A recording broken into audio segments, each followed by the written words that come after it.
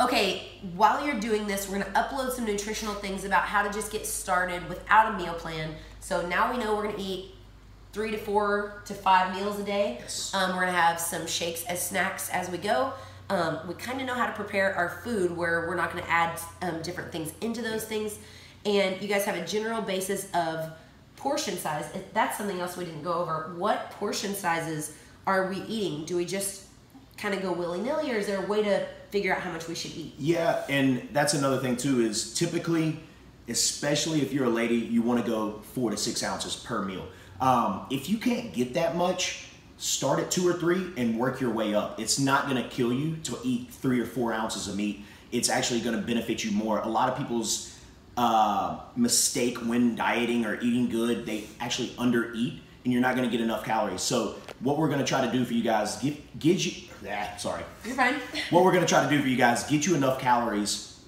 That way you start actually ramping up your metabolism, and then you have room to drop more weight. If we start you at a low calorie deficit like most do, at 800, 900 calories, you're going to lose weight right off the bat, but you're not going to go anywhere about a month down the road. It's actually going to end up hurting you. Which is what I thought. I thought, like, there's no way eating this much food, I'm going to be losing weight. There's no way that, I thought that dieting meant I'm going to be craving food all the time and that I'd have to run, and I just hate to run. Exactly. What's really cool now is that it is on my plan to do some higher end cardio, and because I've lost all this weight, I can just knock out running whenever Daniel asks me to. But of course we want to work our way up there. This is like a game of the tortoise and the hare. If you just do 1% a little bit at a time and don't bash yourself when you do fall off the wagon, you just ease back on and keep trucking just a little bit at a time. It's really a lot simpler than I ever thought that this would be. Yep. The other thing is, when I walk in a grocery store and I see all of the healthy food, I now know when I flip it over, it's a scam. When I see these cereal bars or these nutrition bars, yesterday for fun, I was gonna do it on my Snapchat and then it got cut off, but I picked up a Cliff bar and a Hershey bar. And the Hershey bar is the exact same. Yeah. So, you know, you think that you're doing yourself a favor, or you're not treating those snacks like a meal. And that's another thing with fruits as well. Strawberries, bananas. That's why, you know, in my ebook, I'll give a few fruits, but it's not going to be the ones with the highest content of sugar. Strawberries, a handful of strawberries, you might as well go get an actual Coke and a Snickers bar. That's basically what you're putting in your body. Yeah, fruit is healthy, but it comes in different times. You have to eat it at the right time. And honestly, strawberries to me is a cheat. I'm not going to put strawberries in my body just because the amount of sugar that's in there, especially if you're not dieting, exercising, anything like that. It's going to sit and it's going to turn into fat eventually. So that's what sugar does. So with the fruits, you know, there are only certain fruits that we can do. Blueberries, grapefruit, and that's really about it, honestly. And that's what Fallon's saying, is all these mind tricks that the grocery store tries to play on you that this is healthy, more than half of the time it's not going to be healthy for you. So don't deviate. That's another chapter of this video. Don't deviate. If you start trying to get really, really creative, remember, you're not an expert and your taste buds got you to this point. And consistency is key too. Consistency is going to get where you want to be. I have a lot of questions like, hey, I'm getting tired of this. It's been 2 or 3 days of oatmeal, or it's been 2 or 3 days of chicken. You know what? That's fine, but find a different way to make it taste better. Find a different way to cook it. I'm telling you, consistency, consistency, consistency is key. That's the only way you're going to proceed and progress in this entire thing. So yeah, it's been really easy for me to, I've been eating basically the same thing since November. So it's June and I've been eating about the same thing. I really like what I eat. I like that I don't have to use my brain power to figure out what restaurant I'm going to next. It consumed a lot of my day. I still love to go into gas stations because I drove 90,000 miles a year with my rodeo career. So when I go into a gas station, I feel like I need to be rewarded for my drive. I walk in there, I cannot leave without buying something. So I just go in and get that decaffeinated drink, or I'll fill up, you know, an unsweet iced tea if I haven't met my quota for caffeine that day. All these different ways that you can do it. Just remember, if you do not plan out your meals for that day, you will fail. So if you don't leave the house with a bag of food or time slotted to be able to go home and get your food, you absolutely will fail, because while there are healthier options everywhere, what is going to get you to the next level is going to require a different version of yourself than what got you to where you are right now. Step outside of that box, just like we talked about before. Step out of the box, do something that's totally different. And again, with even going out to eat, like say you're with family, don't neglect yourself and not go just because you can't be social on a diet. That's the most false thing I've ever heard in my life. I used to do it myself and it killed me for a complete year. I never socialized, I never did anything. If somebody invited me to go out to dinner, I'd never do it. But there are so many things that you can literally get what's on a meal plan at a restaurant. You can tell them no butter, you can tell them no oil, and they will cook it any way that you want it. So don't let that hold you back either. If you're going out to a restaurant with family or friends, go with them. Get the meats that you need, get the vegetables that you need. Every restaurant is gonna have that for you.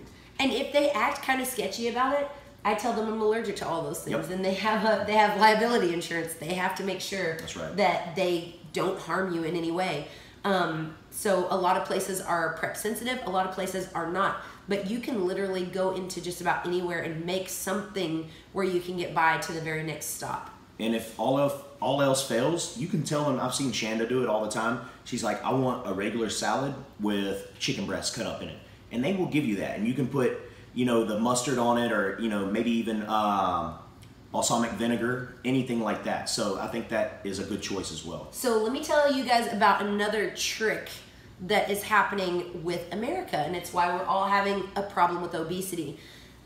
Salads, my last intern that came in said we had to go to Wendy's. We were in the middle of absolutely nowhere, and we had no meals with us. It's the last meal of the day, and we had gone 3 hours over. So again, always have your meals.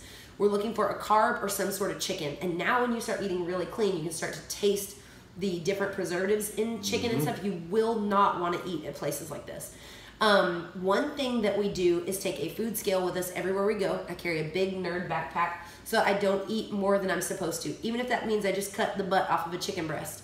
When I go into someplace, if I have to eat fast food.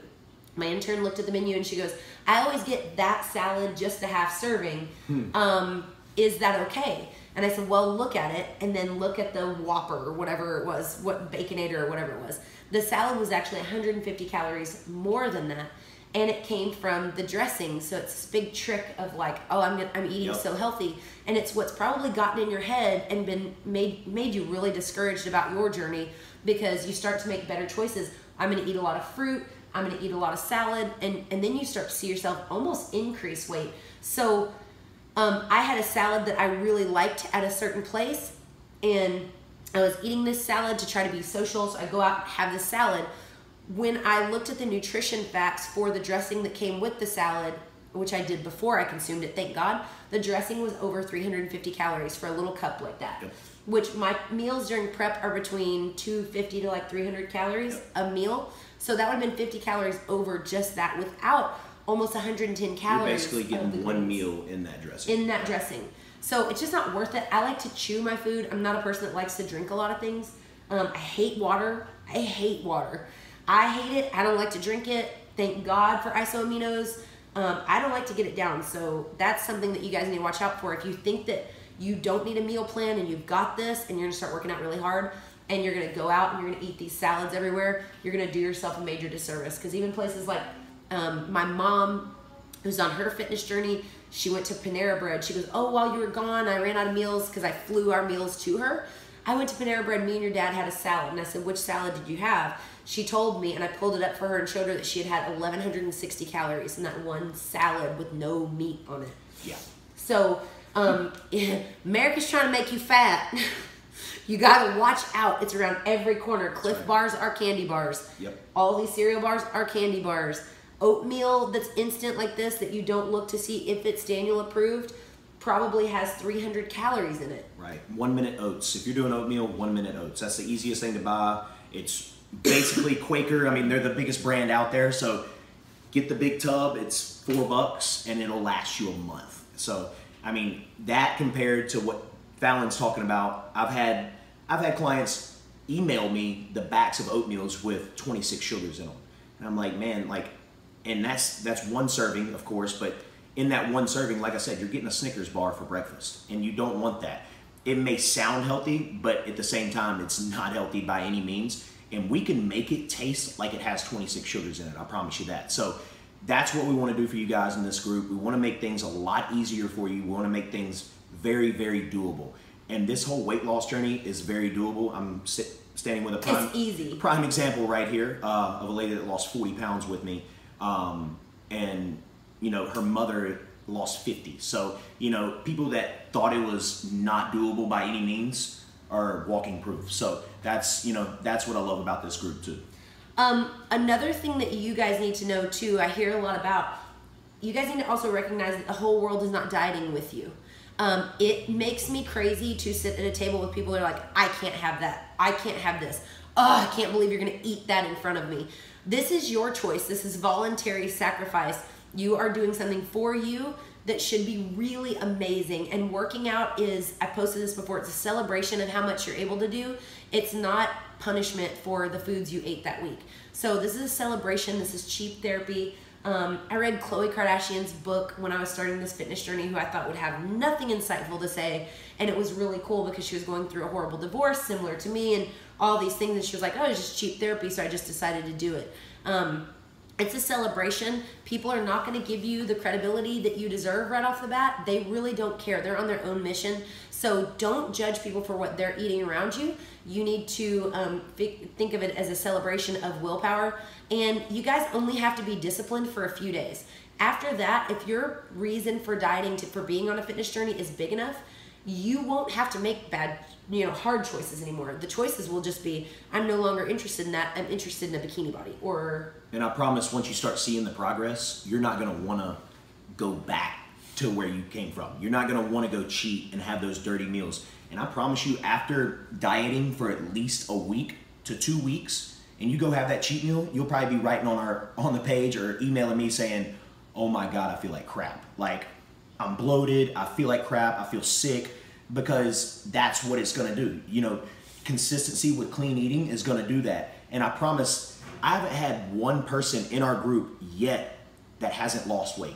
We haven't had one person that hasn't lost inches. So once you start seeing that progress, it's just a time clock. You're gonna continue doing it, you're gonna continue doing it, you become obsessed with it. And what we do, if you're not obsessed with it, you're not gonna make progress. So become obsessed with it, and you will make amazing progress. I mean, I've seen as much as 31 pounds in 5 weeks. I mean, the amount of pounds that we've lost in the group already is absolutely amazing. So like I said, this is guaranteed results. All you have to do is listen and trust the system. It's really cool. In my career in rodeo and in Daniel's career in MMA fighting, you can do all the right things. You can be the right guy. You can ride the fastest horse. You can do all those things, and you can still lose and not be victorious in what you're looking after, because it's circumstantial and there's judges involved and there's timers involved in my case. In fitness, it's really cool if you follow the directions and you're honest about following the directions and you're honest with your journey and you really do all the steps. It works. It's not a, oh, I hope this works. My mom was on a, I hope this works kick for the first 30 pounds. She said that she always got to 34 pounds and then couldn't lose anymore. Guess what? She got to 34 pounds, didn't lose anything. And I said, you have a mental block. You've just got to keep going. What happens if the scale doesn't move? And that's a good question. If the scale doesn't move, that's why I want you guys to be measuring as well. I've had, even for myself, for my last prep that I did for my show, it was 12 weeks, so 3 months. I went and got body analytics done, which is a water test that checks your body fat. I lost 5 pounds of fat and I gained 5 pounds of muscle. So my scale didn't move. So the whole entire time on my prep, I have to make a certain weight. I'm sitting there going, oh my gosh, what's going on? I'm not losing any weight. This is gonna be hell for me to even step on stage at the weight that I need to be. Well, that test right there showed me that I didn't lose any weight because I gained 5 pounds of muscle but lost 5 pounds of fat. So that's what's gonna happen on your fitness journey, is you're gonna lose inches off of your waist. I've had a lady lose 4.5 inches off her waist and not any weight, which is amazing to me. But it's going to happen. The scale will not move at some point in your fitness journey. So that's why measuring arms, waist, thighs, it's very, very important to keep you motivated throughout this entire journey.